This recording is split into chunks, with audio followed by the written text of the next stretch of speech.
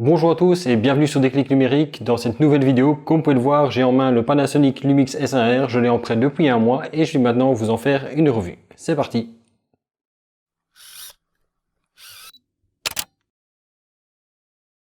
Alors comme d'habitude, je vous rappelle que cette vidéo est réalisée en partenariat avec Panasonic Lumix Belgium qui m'a donc prêté ce matériel pendant un mois de manière à ce que je puisse le tester et vous en faire une revue. Le S1R ainsi que son petit frère le S1 sont deux appareils photo hybrides à capteur plein format de Lumix, qui sont donc les premiers appareils de la gamme à être dotés de la monture L, qui est donc la monture issue de l'alliance entre Lumix, Leica et Sigma. Côté spécification, le S1R est donc doté d'un capteur plein format de 47,3 mégapixels et stabilisé sur 5 axes. Cette stabilisation sur 5 axes lui permet également d'implémenter le Pixel Shift qui va donc permettre de capturer plusieurs images et de les recomposer pour obtenir avec le S1R une image jusqu'à 187 mégapixels. Alors bien sûr, ça se fait au détriment de certains éléments, notamment le fait que comme ce sont plusieurs images qui sont assemblées, il ne peut s'agir que d'un plan fixe et d'une image où les éléments ne bougent pas dedans, mais ça n'empêche que ça vous permet d'augmenter la définition de l'image directement au niveau de la prise de vue. Alors côté sensibilité ISO, même si comme vous le savez c'est pas quelque chose qui est vraiment crucial pour moi, on a quand même une plage qui va de 100 à 51 200 au niveau du S1R. Alors il faut savoir quand même qu'au niveau du plein format ici, la sensibilité de base est ISO 100, contrairement à la gamme micro 4 tiers où la sensibilité de base est d'ISO 200.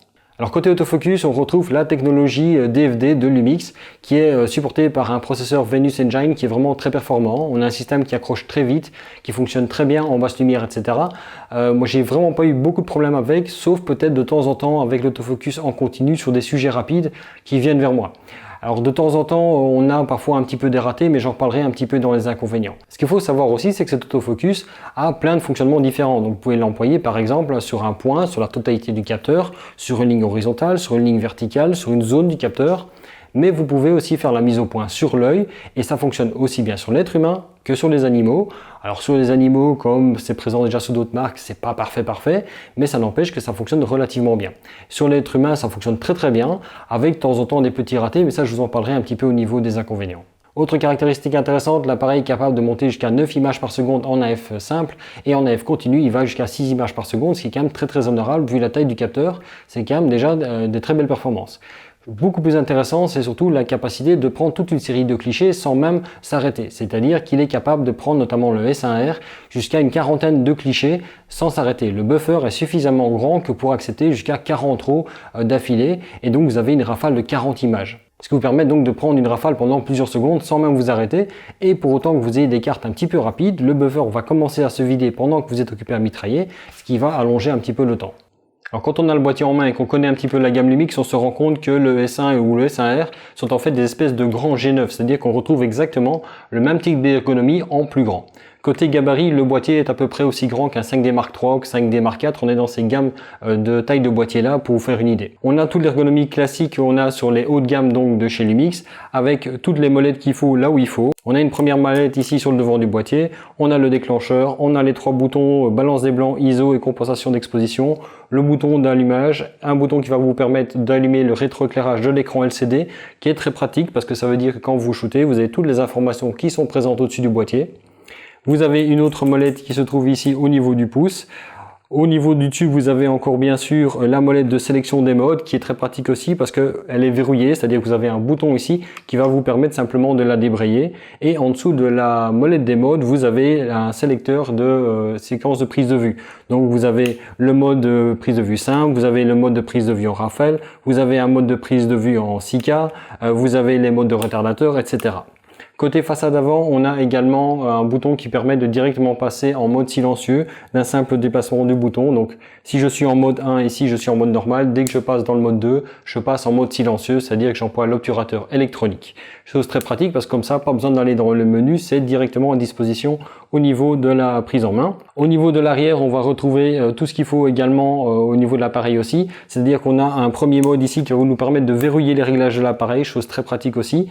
On a le bouton qui permet de visualiser des images, on a le bouton d'enregistrement. Vous avez un bouton de sélecteur d'AF qui vous permet de passer en mode simple, en mode continu ou en mode manuel.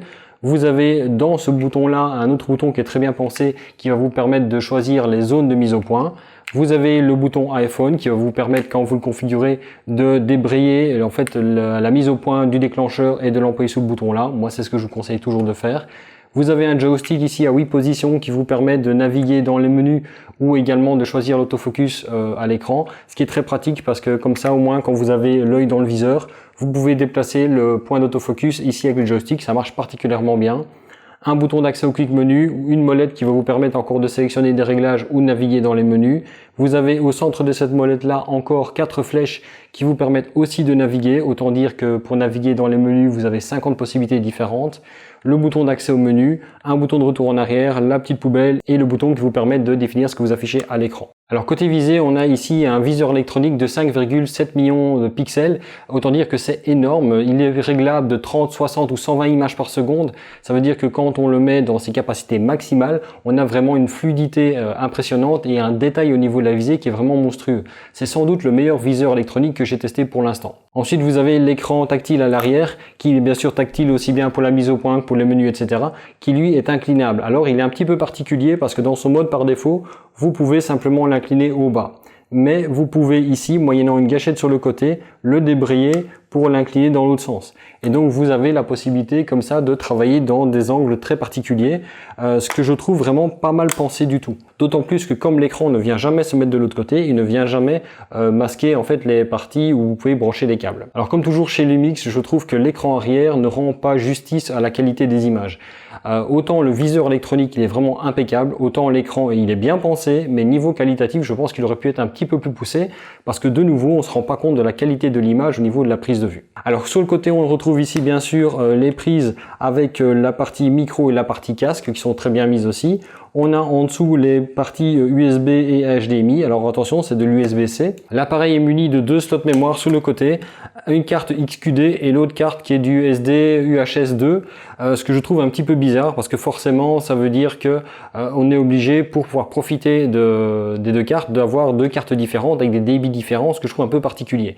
Par contre, l'avantage, c'est que si vous avez des cartes SD, comme c'est mon cas, vous allez pouvoir migrer progressivement, c'est-à-dire commencer à employer l'appareil avec des cartes SD et puis mettre une carte XQD. Pour ma part, si on peut se payer ce genre de boîtier-là, je pense qu'on peut se payer des cartes XQD aussi, et donc je comprends pas trop. Ces deux cartes vous permettent bien sûr d'enregistrer simultanément sur les deux, de les mettre en jonction l'une de l'autre, ou de mettre les photos sur l'un, les vidéos sur l'autre. Tous ces réglages-là sont possibles à faire dans les menus. Et en dessous, on retrouve bien sûr la fixation du trépied et alors le logement de la batterie, rien de très exceptionnel de ce côté-là. Et bien sûr, je ne l'ai pas dit, mais au-dessus, vous avez également la griffe de flash qui est fournie avec un petit capot qui est pas mal pensé parce qu'il y a un petit clip ici qui vient bien se mettre, donc on peut pas l'enlever par hasard. Vous avez ici un petit bouton sur le côté, j'en ai pas parlé, mais qui permet de changer le grossissement au niveau du viseur électronique. C'est-à-dire que normalement, vous avez un affichage où tout le cadre est rempli par l'image, mais vous pouvez demander d'un petit peu le resserrer pour avoir une vue d'ensemble et de manière à ce que les détails d'information de prise de vue soient un petit peu plus visibles. Vous avez également forcément le bouton qui vous permet de changer les modes de vision, donc soit le VF, soit le LVF, soit les deux en alternance suivant la détection du capteur qui se trouve dans l'œilleton. Alors sur la face avant, on retrouve bien sûr le bouton de débrayage objectif et deux autres boutons qui peuvent également aussi être configurés. Vous avez également ici une prise qui va vous permettre de mettre un câble de synchro flash et vous avez encore sur le côté ici un petit clapet qui est bien planqué qui vous permet de brancher une télécommande. Là où il va se distinguer vraiment des autres marques, je pense que c'est au niveau du gabarit. C'est-à-dire qu'ici, le choix a été fait de faire quelque chose de totalement fonctionnel, de robuste. Cet appareil est construit comme un tank, comme un char d'assaut. Il a la taille et le poids d'un char d'assaut aussi du coup. Donc l'appareil fait son poids déjà sans objectif. Et quand on commence à lui coupler des objectifs comme le 50 mm f1.4 ici, autant dire que ça fait son poids. Clairement, si vous cherchez de la mobilité, si vous cherchez quelque chose qui rentre facilement dans un sac, cet appareil n'est pas fait pour vous. Cet appareil est vraiment destiné pour du travail ultra professionnel. C'est vraiment pas l'appareil à prendre avec en voyage, même s'il y a moyen. C'est pas celui qui sera le plus pratique. Pour vous donner une idée de ce que ça donne avec le 50 mm dessus, petite chose pratique, vous pouvez pas enlever le cache accidentellement. Vous devez le débrayer avec le bouton ici. Vous tournez le capot et à ce moment-là vous l'avez. Ici, je vais prendre simplement l'objectif, je vais l'aligner dessus. Alors les repères sont un petit peu bizarres par rapport à ce que j'ai l'habitude. D'ailleurs, si vous voulez voir à quoi ressemble la monture, elle, avec le capteur dedans, c'est grand, mais par rapport à ce qu'on en fait comme remarque dans la pub, je trouve pas ça spécialement énorme. Ici, voilà, vous avez l'appareil maintenant qui est monté avec le 50 mm dessus. Donc c'est un 50 mm f1.4, ce qui explique un petit peu la taille. Je le trouve particulièrement grand, hein, pour du 50 mm. Ceci dit, l'objectif, il est stabilisé aussi. Alors vous voyez, ce 50 mm n'est vraiment pas petit. C'est un gros objectif avec une énorme lentille, avec une grande ouverture. qui lui est doté notamment d'une bague d'ouverture. Ce sont les gammes Lumix qui sont faites avec les normes Leica. Vous avez ici à ce moment-là vraiment une bague d'ouverture. C'est super agréable à employer parce que ça veut dire que vous n'avez plus besoin des réglages et quand vous avez l'œil dans le viseur, vous ne pouvez simplement régler l'ouverture là et régler la mise au point ici. C'est vraiment super employé. Pour vous donner une idée aussi, par exemple, ici j'ai le 50 mm et voilà le 24-105 à côté. Donc le 24-105 ultra polyvalent, c'est sans doute l'objectif à tout faire. En plein format, si vous savez pas ce que vous devez acheter comme objectif, c'est sans doute ce que moi je vous conseillerais. Ça vous permet de faire du paysage, ça vous permet de faire du portrait, ça vous permet d'avoir un petit téléobjectif à 105 mm, ce qui est pas mal du tout. F4, c'est pas hyper lumineux, mais ça fonctionne quand même pour la plupart des situations.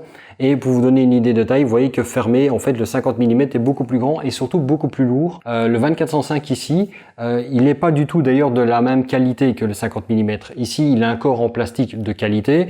Ici, le 50 mm a un corps en métal. Donc, on n'est pas sur la même gamme d'objectifs et on n'est pas non plus sur la même gamme optique. Clairement, le 50 mm est beaucoup plus qualitatif que le 24-105, même si celui-là se débrouille quand même très bien. Alors, bien sûr, je vais vous donner mon avis sur cet appareil, les points forts, les points faibles, etc. Et je vais également vous montrer des exemples de photos que j'ai pris. Sachez par contre que je n'ai pas testé le mode vidéo de l'appareil. Il y a deux raisons à ça. D'une part parce que je vous l'ai déjà dit, la vidéo c'est pas ma spécialité du tout. Pour ça je vous conseille éventuellement d'aller voir la vidéo de Pierre des éleveurs de pixels qui a fait une vidéo sur le S1 et donc qui a fait tous les tests vidéo avec aussi.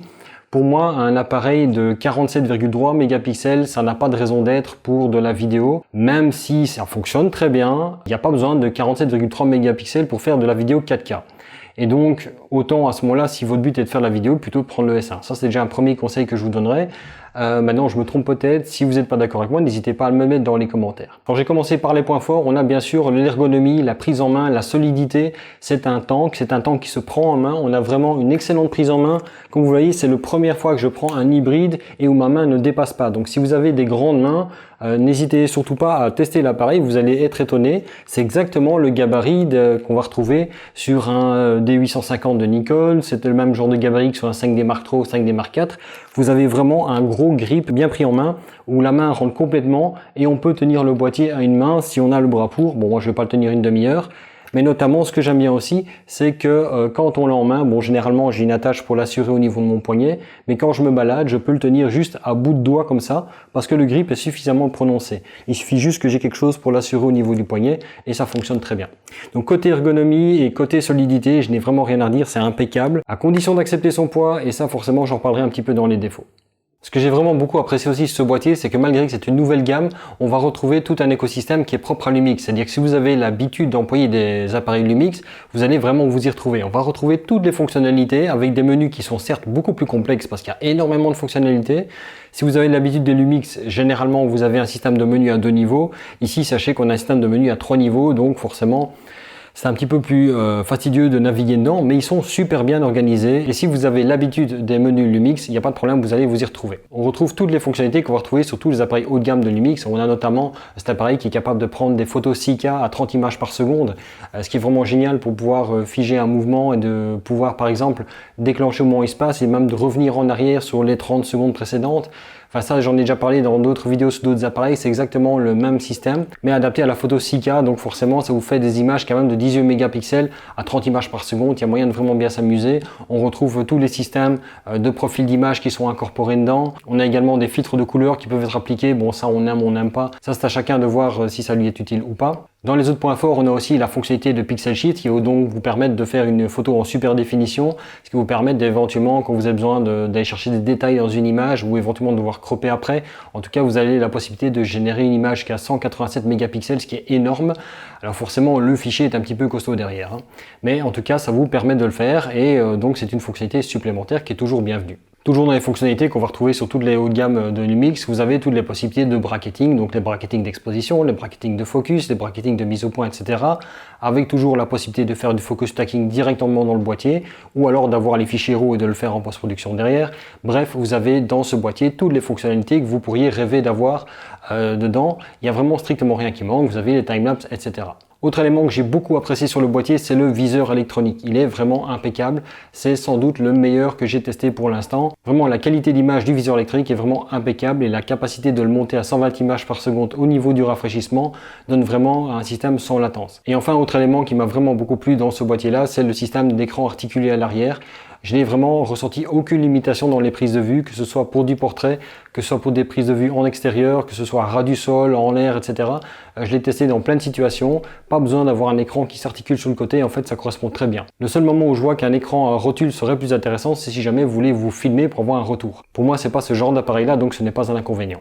Cet appareil, comme vous l'avez compris, a énormément de qualités, mais il n'a pas que des qualités. Pour moi, il y a quelques éléments qui peuvent être considérés comme des défauts, ou en tout cas des choses qui sont perfectibles. La première chose qui pourrait être un défaut, et je vais l'éliminer directement parce que ça va dépendre de chacun, c'est forcément l'encombrement et le poids. Cet appareil va totalement à l'encontre du concept d'avoir un hybride pour le format léger et compact. Mais c'est aussi ce que l'on reproche parfois aussi aux appareils hybrides, c'est qu'ils sont trop petits et parfois difficiles à prendre en main à cause de ça. Alors le choix a été fait de faire un appareil qui ne fait pas de compromis en termes de taille et d'encombrement, de manière à avoir quelque chose avec une bonne prise en main et un poids peut-être conséquent. Donc ça, je ne le considère pas tout à fait comme un défaut, mais je le mets dans cette catégorie-là parce que ça va dépendre du point de vue de chacun. Alors dans les choses que j'ai le moins appréciées au niveau du boîtier, donc qui pour moi sont perfectibles, surtout pour cette gamme de boîtiers, parce que là on est sur un boîtier qui vaut quand même dans les 3500-3600 euros nus, c'est déjà l'écran arrière. Alors l'écran arrière est monté sur une excellente rotule, d'accord, mais par contre la qualité de l'écran, comme je l'ai déjà dit sur plusieurs appareils Lumix, pour moi n'est pas exceptionnelle. Je m'attendais vraiment à avoir quelque chose de la même qualité que le viseur électronique et c'est pas le cas. Clairement, le viseur électronique donne un beaucoup plus beau rendu que l'écran à l'arrière. Or, sur un appareil photo hybride, l'idée c'est quand même aussi d'employer l'écran arrière parce qu'on a toutes les fonctionnalités dedans. Et quand vous faites votre revue de photo, même si ça se passe très bien au niveau du fonctionnement, de l'interaction, etc., cet écran ne rend pas justice aux photos que l'appareil fait. J'avais déjà fait un petit peu la même remarque au niveau du G9. Je pense que ce sont des choix qui sont faits pour garder quand même des prix assez corrects, mais ce serait quand même pas mal d'améliorer la qualité de l'écran arrière, juste pour pouvoir profiter des détails qu'on a au niveau de la prise de vue. Quand vous zoomez sur vos photos, il y a un moment au-delà duquel vous avez l'impression que tout est flou, alors que quand vous le regardez sur votre ordinateur, en fait c'est parfaitement net. Autre chose qui pour moi pourrait être améliorée sur ce boîtier, c'est l'autofocus, surtout en mode continu. Et ça, je pense que c'est un problème de technologie. Le système de détection de contraste qui est employé ici va simplement toujours faire des avant-arrière de manière à pouvoir trouver les différences et trouver le meilleur compromis. L'avantage de cette technologie, c'est que quand la mise au point est faite, elle est parfaite. Ceci dit, pour faire cette mise au point, il y a souvent des petits sauts avant-arrière qui sont faits.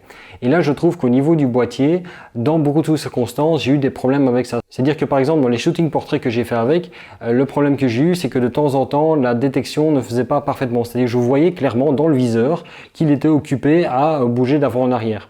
Et je voulais pas le mettre en autofocus simple parce que moi-même je bougeais. Et donc j'avais besoin de pouvoir continuer à faire le suivi sur le visage et sur l'œil. Mais là, il ne réussissait pas parfaitement à le faire. Quand vous employez un système de mise au point un peu plus simple, ça marche déjà mieux. Quand vous employez sur une zone, sur un point précis, là, ça accroche déjà beaucoup plus facilement. Mais quand vous employez le système de mise au point sur l'œil ou sur le visage, c'est pas toujours nickel.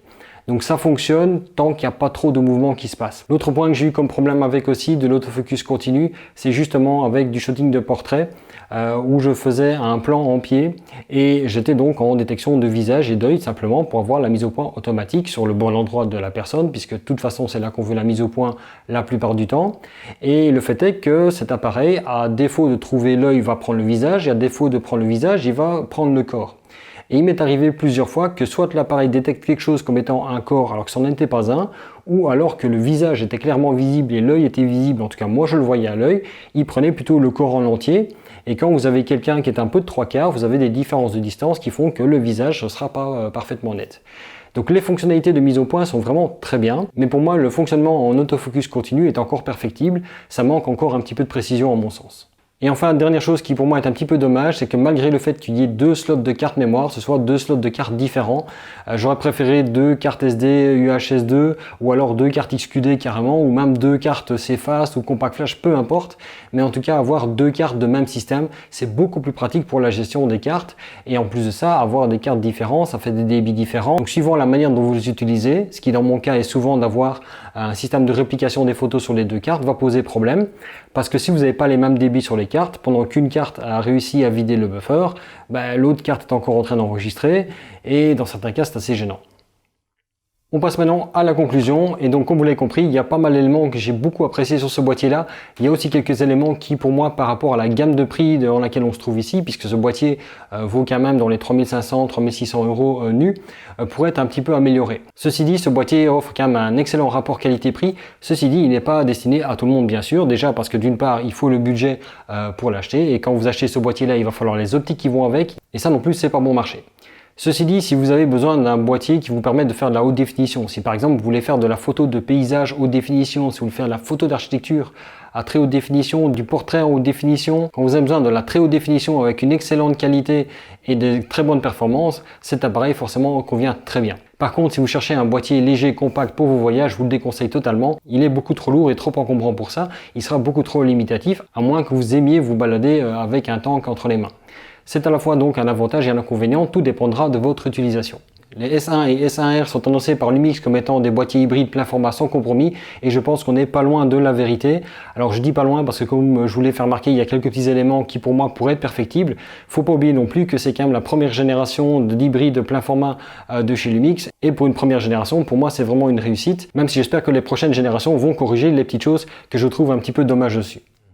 Voilà donc pour cette vidéo de revue du Panasonic Lumix S1R. J'espère que cette vidéo vous aura plu, j'espère avoir donné toutes les informations dont vous avez besoin.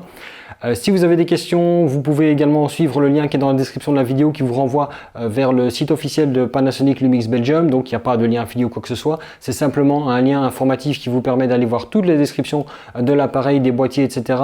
directement sur le site de Panasonic. Si jamais vous avez des questions, vous pouvez également me les poser dans les commentaires, bien sûr, ils sont là pour ça. Quoi qu'il en soit, si cette vidéo vous a plu, comme d'habitude, likez-la, commentez-la, partagez-la. N'oubliez pas de vous abonner et également d'activer les notifications pour être prévenu de la sortie des prochaines vidéos. Vous pouvez également me joindre sur Facebook via la page et le groupe Facebook. Vous avez également mon compte Twitter et le compte Instagram. Vous retrouvez les liens de tout ça à la fois dans la description de la vidéo, mais aussi dans la bannière de la chaîne. Et sinon, moi, je vous dis à samedi pour une nouvelle vidéo sur Déclic Numérique.